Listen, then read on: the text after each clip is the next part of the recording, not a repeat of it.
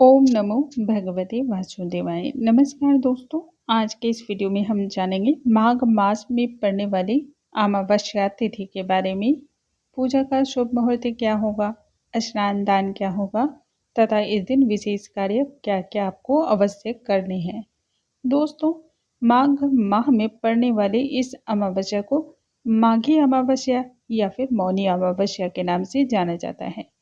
जैसा कि नाम से ही विदित होता है, मौन रहकर इस व्रत में, इस पूजा में आराधना की जाती है, भगवान की उपासना की जाती है। इसकी महिमा इतनी अधिक है कि आप हजारों पूर्ण पूजा करने और आराधना करने से जो फल को प्राप्त करते हैं, वह सिर्फ और सिर्फ माघ मास की मौनी अमावस्या में आपको प्राप्त हो जाता है।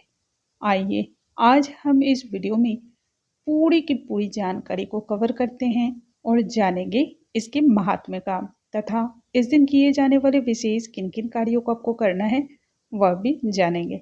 आइए वीडियो को हम स्टार्ट करते हैं। नमस्कार दोस्तों, कैसे हैं आप सभी। उम्मीद करती हूँ आप सभी स्वस्थ होंगे, सुरक्षित होंगे और आप सभी के उत्तम भविष्य की कामना करते हुए आज का ये वीडियो स्टार्ट करती हूँ। हिंदू पंचांग के अनुसार हर माह अमावस्या तिथि जो पड़ती है अपने आप में बहुत अधिक विशेष होती है। अमावस्या पर और पूर्णिमा पर भगवान श्री हरि की पूजा उपासना करने का विशेष प्रावधान बताया गया है।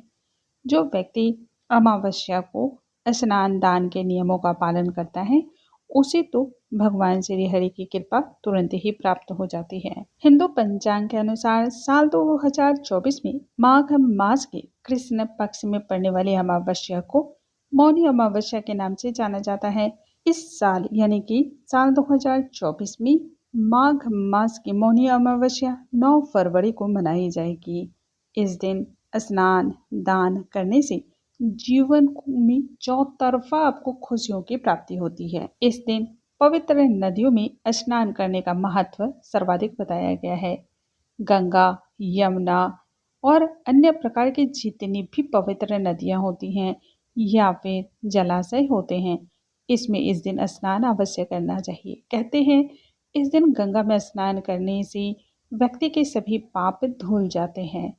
इस दिन जितने भी देवी देवता होते हैं वह सभी नदियों के सरोवर के निकट होते हैं, इसलिए इसमें जल का महत्व सर्वाधिक बताया गया है।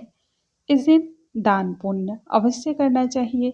दोस्तों, मौनी अमावस्या के दिन पीतरों का तर्पण अवश्य किया जाता है ताकि पितृदोष से मुक्ति प्राप्त हो।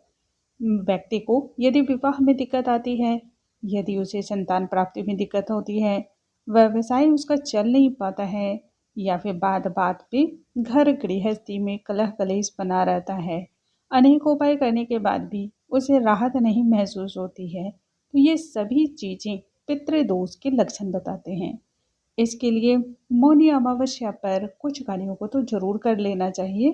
फिर पितृदोष हो या ना हो, प्रत्येक व्यक्ति को करना चाहिए। देखिए, जिस व्यक्ति को पितरों का आशीर्वाद प्राप्त होता है, देवी देवता भी कहते हैं कि मैं भी तभी उस व्यक्ति को आशीर्वाद देता हूँ।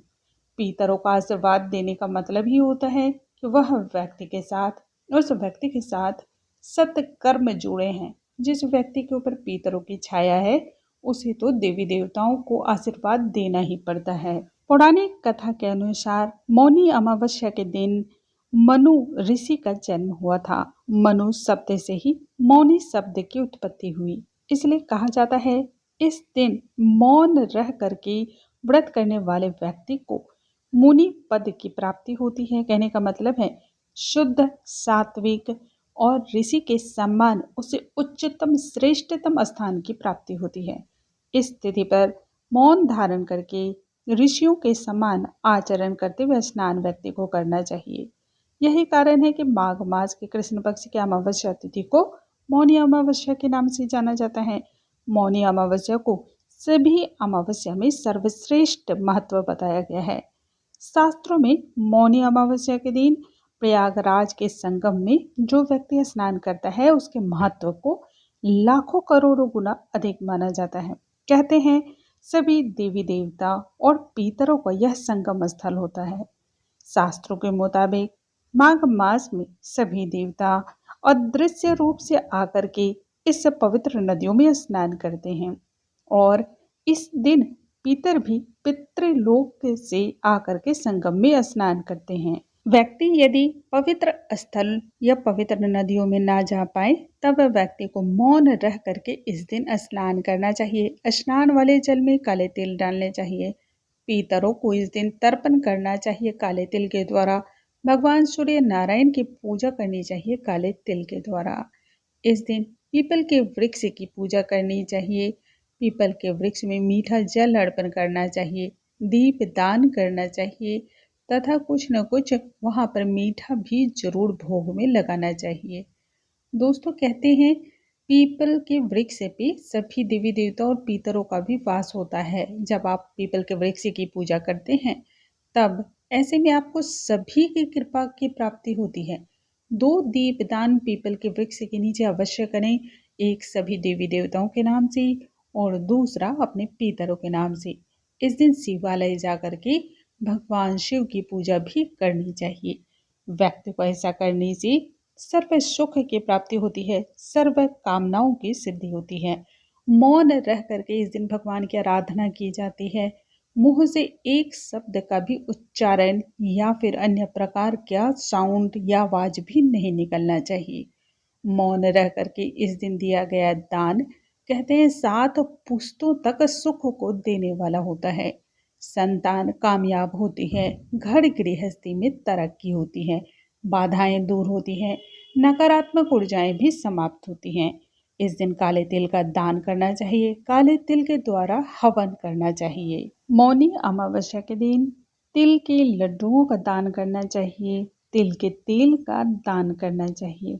दोस्तों कहते हैं ऐसा करने से काल सर्प योग जैसे दोष जो होते हैं उनका भी निवारण हो जाता है।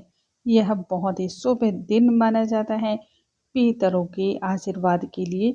इससे अधिक तो और दूसरा सरल और आसान उपाय कुछ हो ही नहीं सकता है। व्रत करने वाले इस दिन उपवास रख सकते हैं और जो व्यक्ति व्रत ना करें तब ऐसे में तामसिक किसी भी प्रकार का भोजन भी कम से कम ग्रहण ना करें। इस बात का जरूर ध्यान रखें। घर में स्नान करने वाले व्यक्ति को गंगा जल मिलाकर के काले तिल के द्वारा स्नान करना चाहिए। भगवान श्री हरि का ध्यान करना चाहिए। माघ मास की इस अमावस्या पर दान करने से अन्य माह में किए गए दान से कई गुना अधिक फल की प्राप्ति होती है। इस दिन काले कंबल का दान करने से शनि देव की कृपा की प्राप्ति भी होती है और सरसों का तेल भी इस दिन दान किया जाता है। इस दिन चावल और आंवले का दान करना बहुत ही शुभ फलों को देने वाला होता है। इस दिन शक्कर दान करें, साथ ही पीपल के वृक्ष में भी शक्कर जरूर अर्पण करें। ऐसा करने से पितरों को मीठा स्वाद मिलता है। कहते हैं इससे उन्हें अत्यधिक खुशी मिलती है, बहुत अधिक वो प्रसन्न होते हैं। शक्कर का दान करने से शुभ फल की प्राप्ति बहुत जल्द मिलती है और घर की आर्थिक दिक्कतें भी दूर होती हैं। दोस्तों मुझे उम्मीद है आज का यह वीडियो आप सभी को बहुत अधिक पसंद आया होगा। वीडियो पसंद आया हो तो इसे लाइक करना बिल्कुल ना भूलें। अगले वीडियो में नई जानकारी के साथ हम फिर से मिलेंगे, तब तक के लिए नमस्कार दोस्तों।